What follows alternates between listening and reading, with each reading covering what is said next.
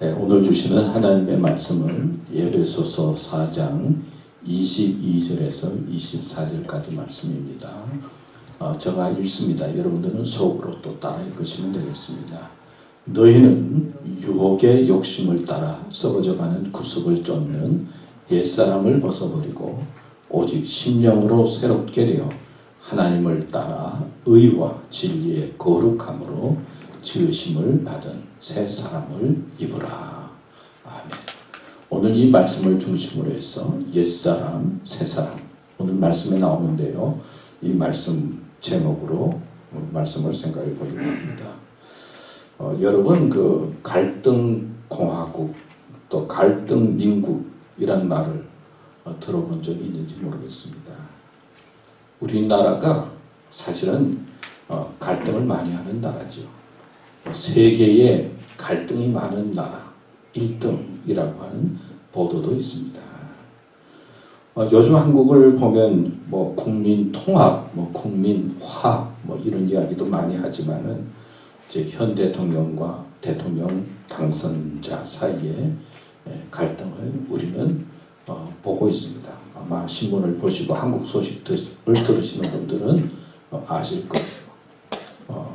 대통령 당선자와 현직 대통령 사이에 갈등을 많이 이야기하고 있는데 내일 오늘 보니까 신문 보니까 아침에 잠깐 보니까 내일쯤 만나서 대화한다 뭐 그런 보도도 있습니다. 서로 만나서 화해하고 용서하고 뭐 통합하는 모습을 사실 대통령들이 전 국민에게 보여주는 것이 뭐 예의다 그런 생각이 들지만은 현실은 만만하지가 않은 것 같습니다. 작년 6월에 영국의 킹스 칼리지라고 하는 단체에서 여론조사 기관 이프소스라고 하는 것을 통해서 28나라에 2만 3천 명을 사람을 향해서 또 12개 항목을 정해서 이제 조사를 했습니다. 근데 그 중에 12개 항목 중에 뭐 여러 가지 교육 문제, 뭐 여러 차별, 남녀 차별, 뭐 빈부 차별, 뭐 여러 가지가 많이 있는데 7개 항목이 한국이 최상위가 뽑혔습니다. 그 중에 하나가 뭐 빈부 격차가 참 심하다. 91%가 우리 한국의 빈부 격차가 참 심하다. 또 뭐 성별이나 나이가 80%라고 하는 사람들이 우리 한국은 참 심하다. 평균적으로 뭐 성별이나 나이에 대한 어떤 차별이 평균적으로 한 40% 되는데 우리 한국은 뭐 80% 정도가 심하다. 차별이 심하다. 또 뭐 2018년도에는 우리 한국의 남녀 뭐 젠더라고 하는데 이게 무슨 말인지 모르겠는데 이 성별의 차이가 하여튼 세계에서 최고로 그래서 차별이 심하다. 뭐 그런 통계가 나왔습니다. 자, 이런 세계적인 통계가 아니더라도 우리는 우리나라를 보고 우리의 삶의 현장을 보면서 참 우리는 갈등이 많다, 뭐 싸움이 많다, 뭐 다툼이 많다, 뭐 그런 생각을 많이 가지고 있고 또 뭐 대화하면서 그런 이야기를 할 때가 많이 있습니다. 뭐 정치적인 갈등, 남북 간의 갈등, 빈부 갈등, 뭐 지역 갈등, 뭐 이런 뭐 보이는 것뿐만 아니라 사실은 가정에서도 보면 부부 간의 갈등도 많고 또 부모와 자녀 간의 갈등도 있고 더 나아가서 교회는 사랑 이야기하는데 한국 교회는 교회나 또 교회 간에도 갈등이 많은 것을 볼 수가 있습니다. 저는 우리나라가 갈등이 뭐 많다 좀 서로 이렇게 나누어지고 다투는 것이 많다 뭐 그런 생각을 뭐 옛날부터 하긴 했는데 이제 미국은 좀 덜하겠다 그런 생각을 했는데 지난번에 대통령 선거를 하는 거 보니까 바이든하고 뭐 트럼프 대통령 선거를 하면서 일어나는 모습을 보니까 야, 뭐 미국도 갈등이 만만치가 않구나. 응? 미국 사람들은 그래도 좀 이렇게 나이스할 것 같은데 뭐 국회의사당도 점령하고 뭐 싸우는 거 보니까 뭐 흑백 간의 갈등뿐만 아니라 미국도 많은 갈등이 있는 것을 보게 됩니다. 또 지금 뭐 세계를 보면은 서구 자유주의 진영과 뭐 공산주의 진영 간의 뭐 갈등이 지금 계속 있고 세계적으로도 갈등이 있는 모습을 보게 됩니다. 이렇게 크고 작은 갈등의 모습을 보면서 여러분들은 어떤 느낌을 갖습니까? 참 갈등 없는 것이 없구나 그런 생각도 들고 참 사람의 생각이 이렇게 다를 수가 있는가 똑같은 환경 속에서도 어떻게 사람의 생각이 서로 다르고 또 그것 때문에 싸울 수 있는가 이런 생각도 해봅니다. 핀란드라고 하는 나라는 세계 제1의 나라예요. 그런데 그 나라는 왜 세계에서 제일 행복하고 그리고 세계에서 제일 첫 번째인가? 그 나라의 특징은 갈등을 잘 다스리고 그리고 갈등을 매니지하는 데 최고라는 거예요. 갈등이 없어서가 아니라 갈등이 있는데 사람이 있는데 그 갈등을 잘 다스리고 잘 매니지하고 운영하는 데 1등이라. 그래서 행복한 나라는 거예요. 우리나라도 그렇고 사람들도 그렇고 갈등이 없을 수가 없잖아요. 갈등이 있는데 이 갈등을 어떻게 잘 다스리고 잘 매니지하고 관리하는가 이게 참 중요하죠. 근데 우리들의 성격을 보고 저 같은 경우도 보면 이 갈등을 참 매니지하기가 쉽지 않다 그런 생각을 많이 합니다. 어떤 때 무슨 말을 들을 때 좀 기분이 확 상한다든지 또 서로 맞지 않고 자존심이 상한다든지 이렇게 그런 느낌이 들면 이거를 좀 잘 이렇게 마음으로 다스려야 되는데 자신도 모르게 그냥 욱 올라와서 저도 모르게 그냥 한마디 해야 되고 말이에요. 그리고 좀 어떤 때는 깽판도 놓고 싶고 말이에요.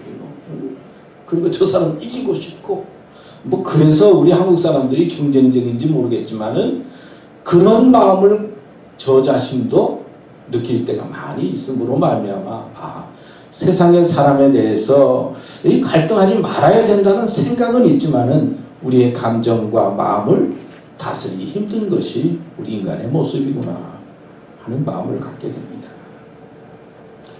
여러분 우리 삶에 있어서 갈등이 안 생기면 얼마나 좋겠어요. 교회도 그렇고 가정도 그렇고 부모와 자녀도 그렇고 갈등이 없으면 참 좋겠는데 갈등이 생깁니다. 어떻게 이 갈등을 잘 다스리고 매니지해야 될까요? 이게 참 중요한 것 같아요. 우리 가정에서도 그렇고 교회에서도 그렇고 그리고 사람들과의 관계에 있어서도 그렇고 갈등이 안 생기면 좋은데 갈등이 생긴단 말이에요. 가까운 사람일수록 더 마음의 상처를 받고 어렵단 말이에요. 그럴 때 이 갈등을 어떻게 잘 매니지하고 잘 다스릴 수 있을까? 그런 생각을 하면서 오늘 말씀을 생각해 봅니다. 여러분 신앙생활 하는데 갈등이 없습니까? 오늘 말씀의 제목이 옛사람과 새사람이에요. 옛사람은 쉽게 말하면 하나님 믿기 전의 생활, 하나님을 모르고 그냥 내 욕심과 세상 중심으로 살아가던 생활이 옛사람이에요. 새사람은 하나님을 알고 믿고 난 다음에 생활, 그런 사람. 이 새사람 그렇게 말할 수가 있어요. 그런데 여러분 옛사람이든 새사람이든 하나님을 믿든 안 믿든 우리는 이 세상 속에 살고 있어요. 옷도 입어야 되고 사람들과 만나야 되고 세상에서 이때까지 살아왔어요. 그런데 하나님을 믿는 믿음의 삶과 세상의 삶이 갈등하지 아니하면 좋을 텐데 갈등하면서 살아갈 수밖에 없는 것이 우리의 믿음이고 우리의 삶이다 하는 것을 우리는 스스로 알고 있습니다. 여러분 사도 바울은 예수님 이후에 가장 위대한 업적을 남긴 사도였어요. 이방인을 향해서 선교도 했지요. 하나님의 영감을 받아서 성경을 많이 기록한 사람입니다. 그렇지만 그는 인간이고 육신의 몸을 입었기 때문에 옛사람과 새사람과의 끊임없이 싸움을 하고 갈등을 했던 것을 볼 수가 있습니다. 그 다음 성경 말씀 보면 사도 바울이 로마서 7장 21절에서 24절 말씀에 말하고 있는 거예요. 그러므로 내가 한 법을 깨달았노니 곧 선을 행하기 원하는 나에게 악이 함께 있는 것이로다. 내 속사람으로는 하나님의 법을 즐거워하되 내 지체 속에서 한 다른 법이 내 마음의 법과 싸워 내 지체 속에 있는 죄의 법 아래로 나를 사로잡아 오는 것을 보는도다. 오라 나는 공고한 사람이로다. 이 사망의 몸에서 누가 나를 건져내랴. 누가 이야기한 거예요? 누가 고백한 거예요? 사도 바울이 고백을 한 거예요. 하나님을 안 믿는 사람이 아니에요. 하나님의 역사를 경험하고 하나님의 능력 속에 살았던 이 사도 바울이 솔직하게 고백하는 거예요. 얼마나 힘들었으면은 이 사망의 몸에서 죽고 싶다는 거예요. 쉽게 말하면.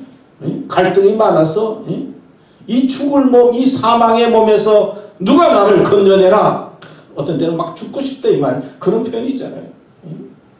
힘들다는 표현이잖아요. 마음속에 있는 옛사람과 새사람, 죄의 법과 하나님의 법 사이에서 갈등하면서 고민하면서 고백하고 있는 모습을 우리는 성경에서 봅니다. 근데 이 성경 말씀을 보면서 우리가 다 이해가 되잖아요. 이해가 안 되는 게 아니잖아요. 우리가 하나님을 믿지만은 오늘 예배 드릴 때 감사의 기도와 회개의 기도를 하잖아요. 감사한 것도 있지만은 또 돌이켜보면 하나님 앞에 지난 일들을 돌이켜보면 양심이 무디어져서 마음대로 살고 내 욕심대로 살았던 그런 옛사람의 모습이 우리의 삶 속에 있으니까 하나님 감사합니다. 그러면서도 하나님 잘못했습니다. 용서해 주세요. 회개하면서 우리의 죄를 주님 앞에 내어놓게 되는 거잖아요. 갈라디아서 5장 24절 말씀에 보면 그리스도 예수의 사람들은 육체와 함께 그 정과 욕심을 십자가에 못 박았느니라. 이렇게 신앙으로 고백하고 믿음으로 하나님의 사람으로 담대히 살아가면 얼마나 좋겠습니까? 근데 오늘 말씀에 보면은요, 그 다음 성경 말씀을 보면 이렇게 기록하고 있어요. 너희는 유혹의 욕심을 따라 썩어져가는 구습을 쫓는 옛사람을 벗어버리고 심령으로 새롭게 되어 나오진 않지만 보면 심령이 변화되는 거예요. 우리가 옛사람에서 새사람으로 되는데 겉사람이 변화되는 게 아니라 우리의 심령이 새로워지는 거예요. 사실은 뭐 겉사람은 뭐 지나갈수록 후피하지만 중요한 것은 우리의 마음과 심령이 새로워져야 한다는 거예요. 심령이 하나님 앞에 온전한 사람으로 우리는 되어야 된다 하는 거예요. 사실 뭐 지금 우크라이나가 어렵고 전쟁 중에 있으니까 뭐 18살부터 60살 남자는 나라를 떠나지 말고 나라에 있어야 된다. 그런 이야기 나왔잖아요. 그죠? 그래서 전쟁을 하기 위해서는 남자들은 떠나지 말라. 제가 그 보도를 보면서 야, 나는 벌써 60살이 지났으니까 이제는 필요가 없구나. 그런 생각도 언뜻 들더라고요. 마음 같아서는 제 마음 같아서는 총 들고 뭐라 그러면 막 쏘고 그냥 마음은 같아서는 막 뛰어다니고 뭐라도 이렇게 할 것 같은데 아니 그게 됩니까? 60이 지나면 안 된다는 거예요. 그냥 좀 쉬라고. 아니 그런 나이가 됐다는 거예요. 우리가 그래요. 마음으로는 말이에요. 뭐 다 그냥 뭐 다 할 수 있고 같아서 뭐라도 할 수 있어서 합니다 그랬는데 막상 하려고 그러면 몸이 잘 안 따라주는 게 이 육신의 몸이에요. 그런데 새 사람이 되었다라고 하는 것은 우리의 몸을 말하는 게 아니고 뭐예요? 우리 심령이 새로워지는 거예요. 우리 몸이 아니라 우리 마음이 자꾸 새로워져야 되는 거예요. 겉사람은 그냥 그대로 있지만 겉사람이 중요한 것이 아니라 우리의 속이 새로워지고 그리고 하나님 앞에 바로 서게 된다는 거예요. 제가 옛날에는 그 태투한 그 애들을 보면 그렇게 마음에 안 들었어요. 뭐 지금도 그렇게 좋은 건 아니지만 몸에 막 이렇게 뭐 하고 그러면 좀 그렇잖아요. 근데 예수 믿었는데 이거 그냥 겉사람이를 바꿔야 된다 그러면 이거 다 지우려고 하면 보통 일이 아니잖아요. 태투를 해도 사실은 생각해보면 중요한 것은 속사람 마음이 새로워져야 된다는 거예요. 그러면 옛사람의 특징은 어떤 것인가? 오늘 말씀에 보면은요, 유혹의 욕심을 따라 썩어져가는 구습을 쫓는 녀석. 그러니까 유혹이 있다는 거예요. 또 욕심도 있다는 거예요. 그리고 썩어져가는 습관. 뭐 3살 버릇 8까지 간다 그런 말이 있는데 우리가 가지고 있는 잘못된 습관 이런 것 쫓는 옛사람을 벗어버리라. 유혹도 버리고 욕심도 좀 다스리고 구습을 쫓는 옛사람을 벗어버려야 된다. 옛사람의 특징이 그렇다는 거예요. 여러분 유혹하면 누가 생각납니까? 뭐 요셉이 생각나죠. 성경에. 꿈을 가지고 열심히 살려고 그랬는데 형들의 시기를 받아서 쫓겨납니다. 그래서 보디발 장군의 집에 가서 노예 생활을 하는데 보디발 장군의 아내의 유혹을 받잖아요. 그러나 잘 이겨요. 또 감옥에 갑니다. 감옥에서 죄수 생활하는데 세상과 타협할 수 있지만 그 유혹을 잘 이김으로 말미암아 하나님의 쓰임받는 그런 애굽의 총리가 되고 하나님의 사람이 되었다는 것을 압니다. 세상은 우리를 유혹합니다. 죄와 타협하게 만들어요. 자신도 모르게 유혹에 넘어가요. 뭐 아담, 하와도 그렇고 성경에 나오는 인물이 그렇습니다. 또 욕심하면 누가 생각이 나요? 제가 욕심하니까 아간이 떠올랐어요. 아간이라는 사람 누군지 아세요? 이스라엘 백성이요 40년 동안 광야 생활을 하고 여호수아를 중심으로 해서 이제 힘을 얻고 앞을 가나안 땅을 향해 들어가는데 큰 성이 있었어요. 무슨 성이죠? 권사님, 여리고 성이 있었잖아요. 뭐 질 것 같은데 하나님께서 함께해 주셔서 여리고 성과 전쟁하지 않고 빙빙빙빙 돌게 하셔서 돌고 막 외치니까 여리고 성이 무너지고 사실은 하나님의 능력으로 여리고 성을 점령했어요.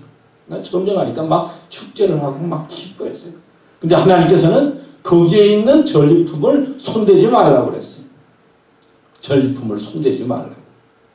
그런데 아간이라고 하는 사람이 전리품에 욕심이 생겼어요. 신할산 외토와 은과 금을 숨기지 않습니까?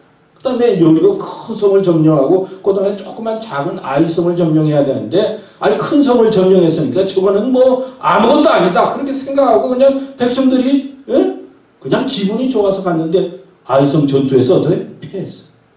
그러면 너무 마음이 아파서 하나님 앞에 기도합니다. 하나님 웬일이십니까?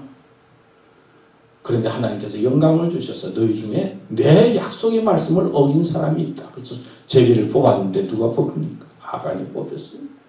재물을 숨긴 것 발견하게 되고 그리고 그 아간의 가족이 처벌을 받는 곳이 어느 골짜기? 우리가 잘 아는 아골 골짜기가 그렇게 됐어요. 욕심이 생기면요, 탐욕이 생기면요, 다른 게 보이지가 않아요. 마음을 빼앗겨요. 탐욕의 마음, 욕심이 생기면 사람들도 보이지 않아요. 그냥 그것만 보이는 거예요. 탐욕으로 하나님의 언약을 어김으로 말미암아 하나님을 멀리하고 도둑질을 하고 형제를 속이는 그런 삶을 살았던 사람이 아간이에요. 옛사람의 모습이 이런 모습이라는 거예요. 욕심이 있으면 안 된다는 거예요. 썩어져가는 구습은 뭡니까? 잘못된 옛날 습관이에요. 여러분 성경의 초대의 사울왕은 참 겸손한 사람이었어요. 그리고 또 키가 나보다 커서 아주 대장군 같은 사람이었어요. 처음에는 겸손하게 하나님을 섬겼어요. 베냐민 지파라고 하는 작은 지파에서 왕이 나니까 이스라엘의 초대 왕이니까 얼마나 감사합니까? 그런데 그가 어려운 일이 생기고 힘든 일이 생기니까 하나님을 점점 몰려요.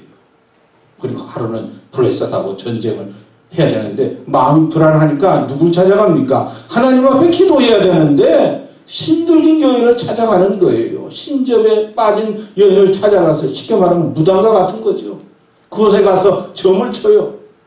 그러니까 하나님께서 그것을 보시고 너무 마음에 안타까워하시고 그리고 그를 향해서 책망의 마음을 가져서 사울 왕이 전쟁터에서 죽게 되는 말씀입니다. 불안하고 두렵고 힘들면은 더 하나님을 의지하고 하나님을 찾아야 되는데 우리는 옛날 가지고 있던 습관으로 그냥 점을 치고 그리고 또 뭐 무당을 부르고 뭐 이것도 해보고 저것도 해보고 그런다는 거예요. 성경에 보면 주기도문 예수님께서 가르쳐 주신 기도 있잖아요. 그 기도 가운데 일용할 양식을 주옵소서라는 기도 내용이 있어요. 저는 요즘 가끔 그런 생각이 들어요. 그 일용할 양식을 주옵소서. 일용할 양식이 뭡니까? 하루에 먹는 양식을 주옵소서. 이제 그렇게 기도하는 거잖아요. 근데 우리가 너무 잘 살다 보니까 먹는 거 가지고는 잘 기도 안 하는 것 같아. 그냥 감사합니다 그러고 뭐 더 주세요 그러고 그런. 왜냐하면 뭐 먹는 거는 다 해결했으니까. 그런데 성서적으로 보면 기도의 내용 중에 일용할 양식을 주옵소서 이 기도의 내용은요 하루에 먹을 것이 없는 사람이 많다는 거예요. 하루에 일용할 양식도 먹지 못하는 사람이 많다는 거예요. 지금 전쟁 나니까 어때요? 물도 안 주고 전기도 안 들어오고 먹을 것도 없고 그래가지고 생명이 살려면 하루라도 먹어야 되는데 하루도 먹지 못해서 생명을 제대로 유지하는 사람이 많다는 거예요.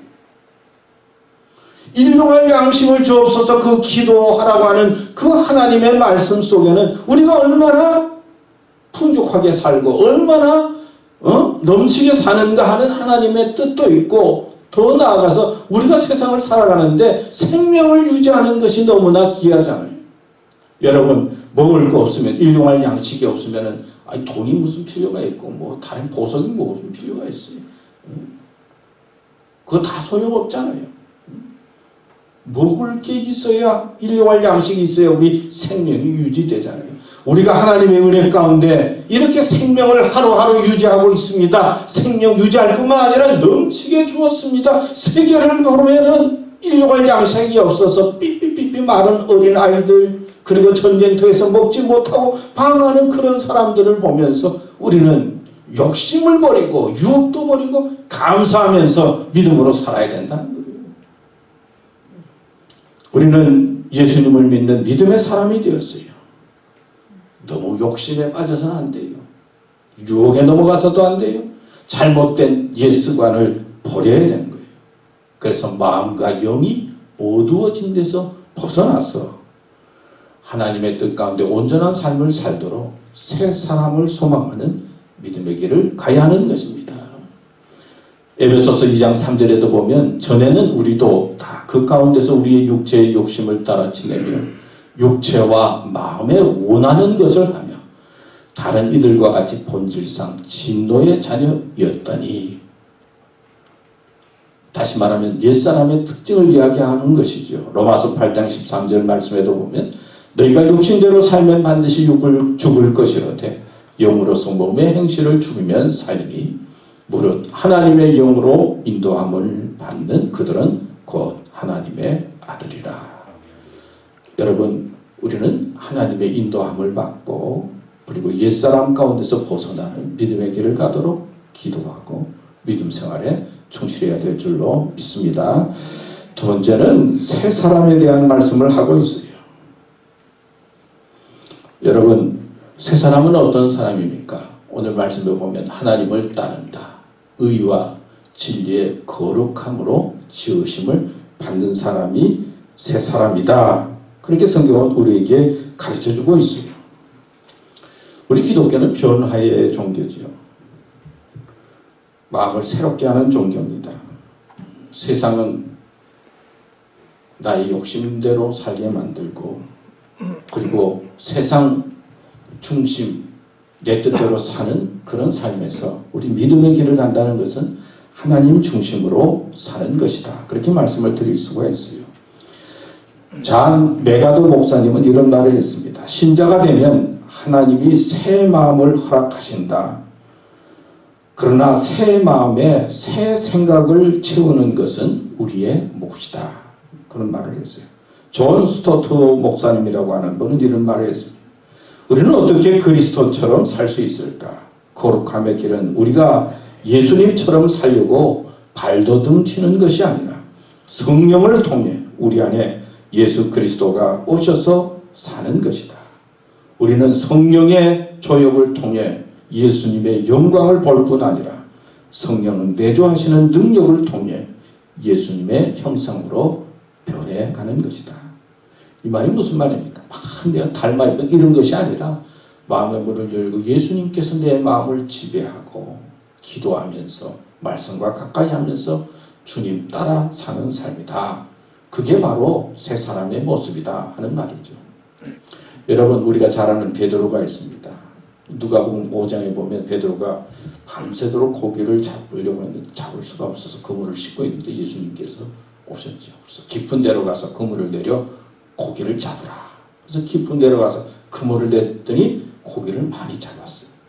고기를 많이 잡은 다음에 어떻게 합니까? 고기가 본 게 아니라 고기 잡으라는 주님의 말씀이 생각이 나서 주님 앞에 무릎을 꿇습니다. 주여 나는 죄인으로서이다. 자기의 죄임을 고백합니다. 그리고 마태복음 16장에 가면요. 예수님께서 이제 세상 여러 가지 일들을 보시고 난 다음에 물어요. 너희는 나를 누구로 하느냐? 사람들이 나는 누구로 하느냐?